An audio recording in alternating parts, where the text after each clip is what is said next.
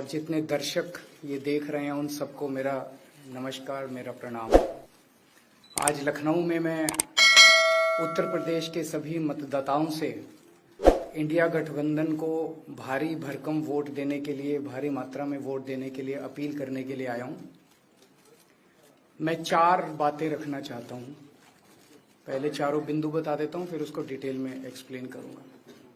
पहला ये कि ये चुनाव भारतीय जनता पार्टी, मोदी जी अपने लिए वोट नहीं, अमित शाह जी को प्रधानमंत्री बनाने के लिए वोट मांग रहे हैं।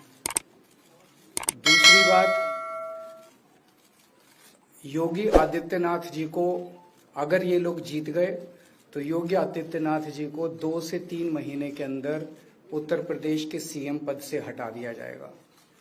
नंबर 3, इन लोगों की पूरी तैयारी है, अगर ये लोग जीत गए तो संविधान को बदल के SC ST और OBC का रिजर्वेशन खत्म कर दिया जाएगा।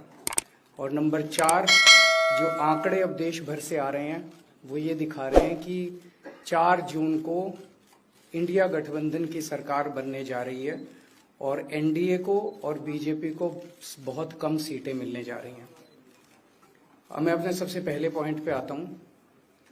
जब 2014 में प्रधानमंत्री बने थे नरेंद्र मोदी जी, तो उन्होंने खुद एक रूल बनाया था कि भारतीय जनता पार्टी के अंदर और उनकी सरकारों में 75 वर्ष से ऊपर कोई भी व्यक्ति होगा तो उसको संगठन में और सरकार में किसी भी पद पे नहीं रखा जाएगा, उसको रिटायर कर दिया जाएगा।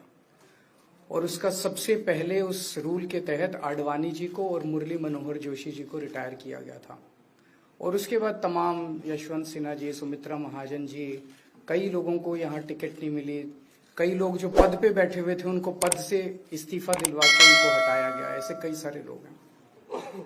तो अब अगले साल 17 सितंबर को प्रधानमंत्री मोदी जी 75 साल के होंगे और मोदी जी ने तय कर लिया है कि अमित शाह जी को वो अपना वारिस बनाएंगे और अमित शाह जी अगले साल 17 सितंबर को देश के प्रधानमंत्री बनाने का उन्होंने तय किया है मोदी जी ने।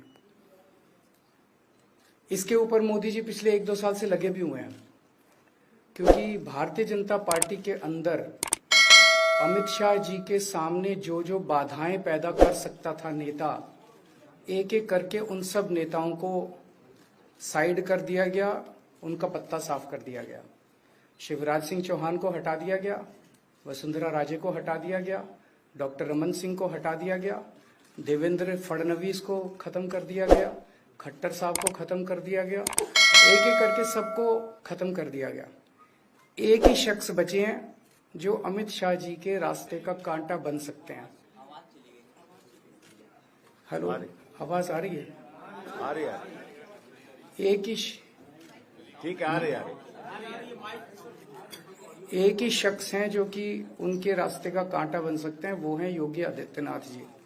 अब योगी आदित्यनाथ जी को इन्होंने हटाने का पूरा मन बना लिया है और अगर इनकी सरकार बनी तो 2 महीने के अंदर योगी जी को भी उत्तर प्रदेश के सीएम से हटा दिया जाएगा। मैंने दिल्ली में 3-4 दिन पहले ये प्रेस कॉन्फ्रेंस की थी और ये दोनों मुद्दे उठाए थे।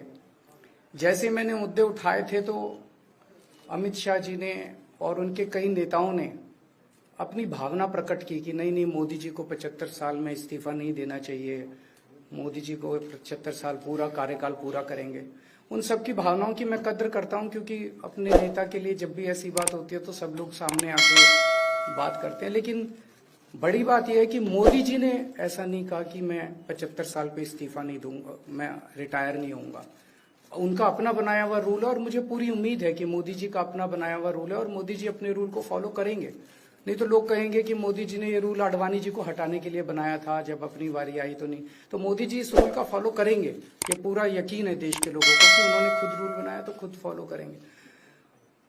दूसरी बड़ी बात जो हुई कि जब मैंने कहा कि योगी आदित्यनाथ जी को 2 महीने में हटा दिया जाएगा, इस पे अभी तक भाजपा के किसी नेता की टिप्पणी नहीं आई है।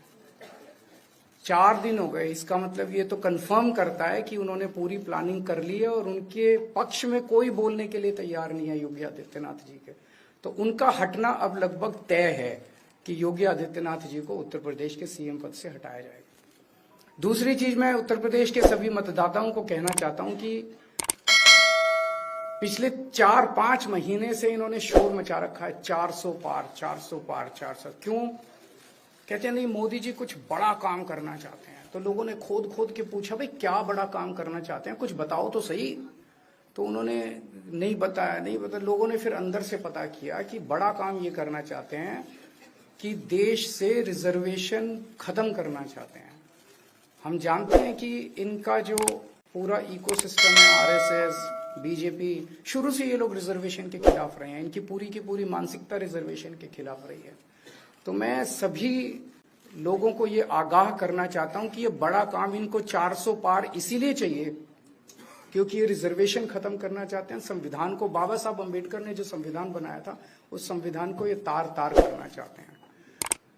पूरे देश भर से अब जो ट्रेंड आ रहे हैं, वो ट्रेंड ये दिखाते हैं कि भारतीय जनता पार्टी को 250 से भी नीचे, मेरे हिसाब से 220 के आसपास, 3-4 दिन पहले भी मैंने कहा था, 220 से कम सीटें इनकी आती हुई नजर आ रही हैं। आप हिसाब लगा लीजिए। मैं हरियाणा होके आ रहा हूं कल परसों। हरियाणा में इनकी बहुत कम हो रही हैं, दिल्ली में इनकी बहुत कम हो रही हैं, पंजाब में मुझे नहीं लगता इनकी कोई सीट आ रही है, कर्नाटक में इनकी काफी कम हो रही है, महाराष्ट्र में इनकी बहुत कम हो रही है, बंगाल में इनकी कम हो रही है, यूपी में इनकी कम हो रही है, बिहार में इनकी कम हो रही है, झारखंड में इनकी कम हो रही है, राजस्थान में इनकी कम हो रही है। तो इनकी सीटें आ कहां रही हैं? तो इनकी 220 के नीचे सीट आ रही हैं। इनकी सरकार बीजेपी की सरकार नहीं बन रही है, इंडिया गठबंधन की सरकार बनेगी। और इंडिया गठबंधन की सरकार जो है वो देश को एक प्रगति के रास्ते के ऊपर लेके जाएगी। इस तरह से जो पूरे देश के अंदर एक नेगेटिविटी इन लोगों ने फैलाई है, उसको हम लोग ठीक करेंगे। मैं अंत में उत्तर प्रदेश के सभी लोगों को अपील करना चाहता हूं कि इंडिया गठबंधन के, यहाँ पे सपा और कांग्रेस का गठबंधन है, इंडिया गठबंधन का जो जहां से कैंडिडेट है उसको भारी मात्रा में वोट देकर आप सब लोग जिताइए। अब मैं निवेदन करूंगा